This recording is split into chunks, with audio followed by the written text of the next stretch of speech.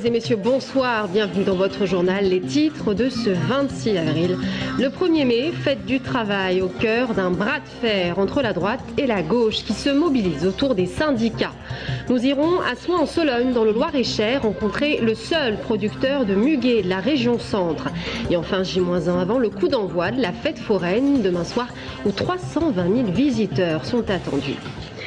Bonsoir et on commence ce journal avec la véritable bataille qui se profile autour du 1er mai, une fête du travail qui est au cœur des élections présidentielles. Depuis les déclarations de Nicolas Sarkozy sur le vrai travail, à gauche, les partis se mobilisent auprès des syndicats en vue du défilé mardi prochain, exemple à Tours, Florent Carrière. Le 1er mai 2012 sera résolument politique. D'un côté, un Nicolas Sarkozy voulant célébrer sa vision du vrai travail. De l'autre, la gauche qui s'organise et qui appelle à défiler en masse mardi prochain pour contrer ce qu'elle estime être une dérive pétainiste. Quand on évoque plutôt, pour se mettre sur la position du Front National, la fête du vrai travail, ça rappelle la fête de travail. Et là, c'est autre chose, puisque c'est une fête qui avait été instaurée par le régime de Vichy en 1941 contre les syndicats et les fameux corps intermédiaires que désormais le président de la République sortant veut pourfendre. Gauche et syndicats ont toujours eu des liens. Et depuis 1889 qu'existe la fête du travail, le 1er mai a de nombreuses fois été exploité politiquement par la gauche, notamment ces dernières années, pour protester contre la politique gouvernementale. On a toujours participé aux manifestations du 1er mai, donc on a toujours été nombreux. On est toujours à la fin du cortège parce que c'est là, comme je l'ai dit tout à l'heure, c'est la fête des travailleurs. Donc c'est d'abord aux organisations syndicales, aux organisations des travailleurs de mener le cortège. Donc on y participe. Je ne crois pas qu'il y ait de la récupération. Un défilé en fin de cortège comme à l'accoutumée à Tours pour ne pas froisser les syndicats qui restent maîtres de leur 1er mai. Nous, on reste évidemment syndical. Alors là, effectivement, la situation particulière, comme ce fut le cas d'autres années, c'est que le 1er mai tombe entre les deux tours. Et ça, c'est le hasard du calendrier. Mais nous, ça ne change pas notre journée pour ça, quoi. Reste que cette année, la direction de la CGT a clairement appelé à voter contre Nicolas Sarkozy, divisant au passage les organisations syndicales. Donc nous, on est plutôt à l'aise là-dessus. On a fait le bilan du quinquennat qui est relativement négatif pour les salariés, pour tout un tas de raisons. Réforme des retraites, des hôpitaux, du pôle emploi ou encore de la fonction publique, syndicats et partis de gauche se retrouvent pour juger ces mesures contraires aux intérêts des travailleurs. Le 1er mai sera aussi l'occasion pour les syndicats de rappeler leur rôle dans la société à un moment où le président candidat souhaite parler directement au peuple sans passer par les intermédiaires.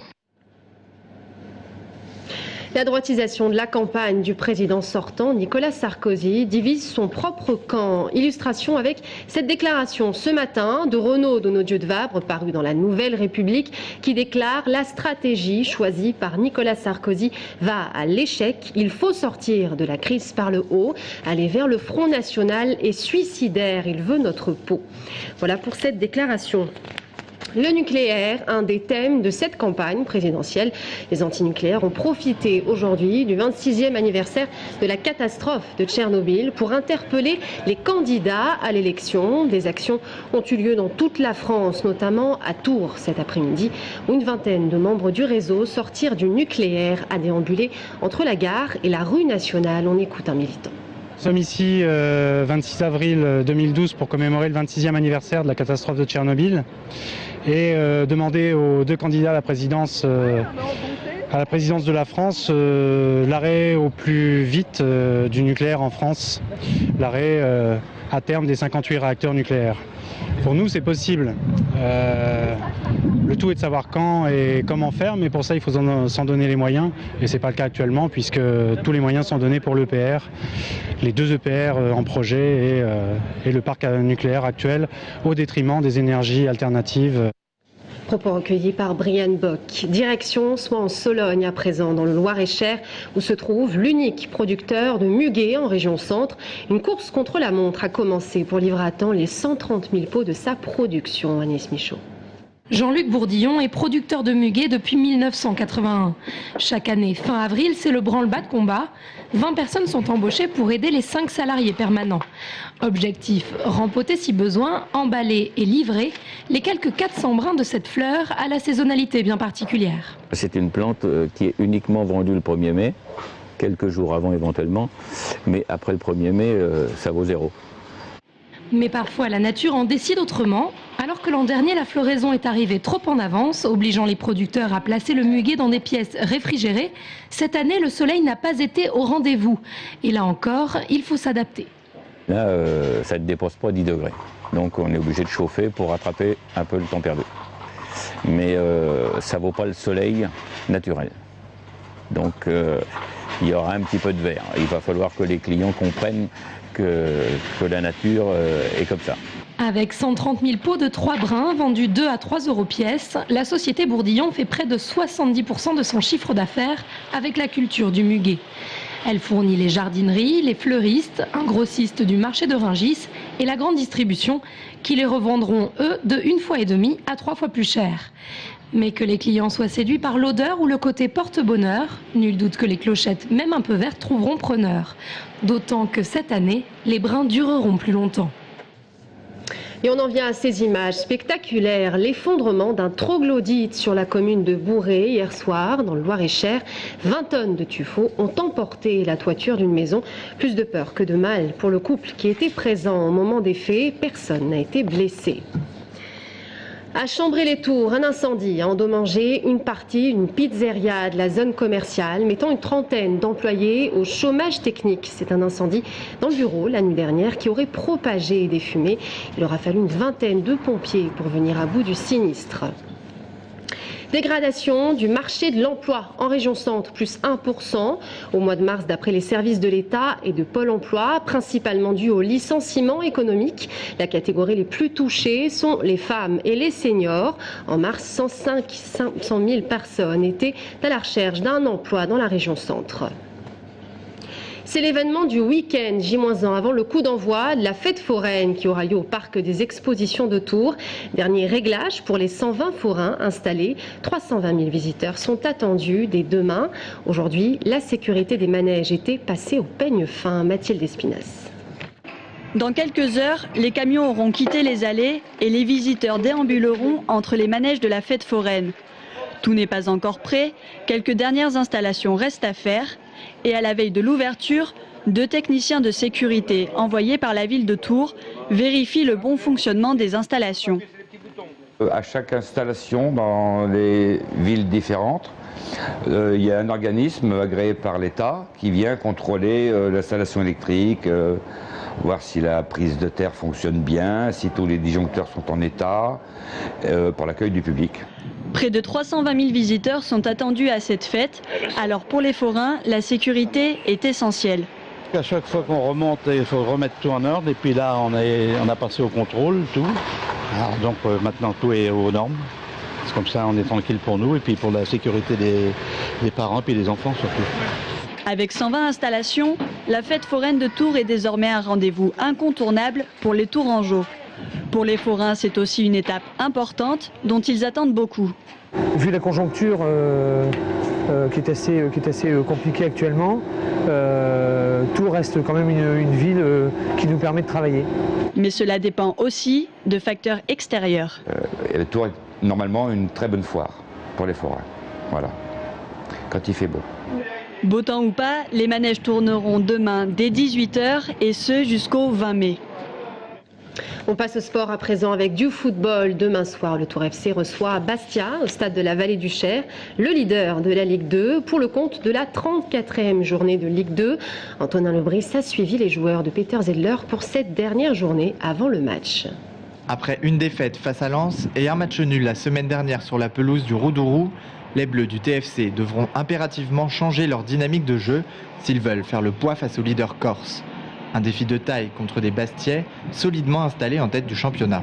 Je ne peux pas garantir une victoire, c'est clair, parce que, encore une fois, c'est la meilleure équipe, c'est la meilleure attaque, la meilleure défense, les meilleurs joueurs, les meilleures individualités. Oui, comme ça, c'est pas facile. À 5 journées de la fin du championnat, les Tourangeaux doivent tout faire pour éviter de renouveler une lourde défaite, 4-1 en match aller. L'occasion peut-être aussi pour les hommes de Peter Zeidler d'offrir enfin à leurs supporters des buts à la vallée du Cher, même si le match peut paraître joué d'avance. On appréhende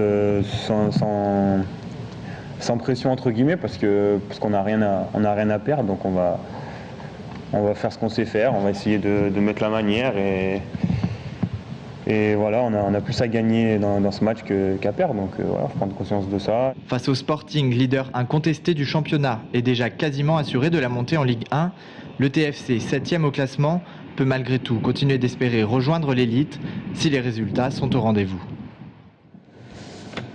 Et on termine cette édition avec une création originale, celle de Thomas Lebrun au Centre chorégraphique national de Tours, Franco-Korean Tale, une pièce qui fera l'ouverture du 31e Festival international de danse moderne à Séoul du 19 au 31 mai prochain. Gaël Poulain a eu la chance de les suivre en répétition.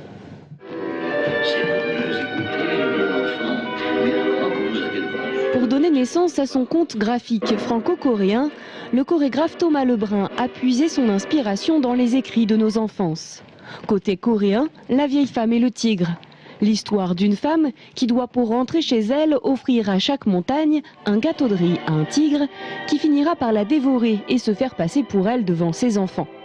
Côté français, en toute logique, le petit chaperon rouge, de récits de pattes poilues et de grandes dents qui ont servi de socle à la création. Enfin, je trouve que c'était assez intéressant aussi et pour eux et pour moi, puisqu'on se reposait sur des histoires déjà connues et que du coup on pouvait à travers ça déjà avoir un rapport plus facile et aller directement dans une écriture. C'est-à-dire qu'il y avait déjà une base, même si on ne se connaissait pas en tant que danseur et chorégraphe, ou en tant que moi je connaissais pas trop la culture coréenne, j'étais déjà mal en Corée, eux ils connaissent pas trop la France non plus, donc quelque part c'était un peu comme finalement un soutien. Un soutien nécessaire pour relever le défi de cette création express. Le chorégraphe ne dispose que de 3 semaines pour construire une pièce de 45 minutes. Un challenge aussi pour les danseurs qui travaillent sans relâche. À l'origine, ils étaient près de 50 à passer le casting en Corée. Aujourd'hui, ils sont 6 et aucun d'entre eux ne semble regretter de s'être lancé dans cette aventure. Je voulais en apprendre plus sur la danse et quand j'ai vu l'annonce, je me suis renseigné sur Thomas et là ça m'a intéressé. Je ne m'étais pas imaginé comment ce serait cette création, mais en fait, au fur et à mesure, j'ai découvert qu'il y a beaucoup de similarités entre les deux cultures. C'est une très bonne expérience. Une expérience à la croisée des contes, des cultures, mais aussi des personnalités qui apportent chacune leur force à ce conte franco-coréen.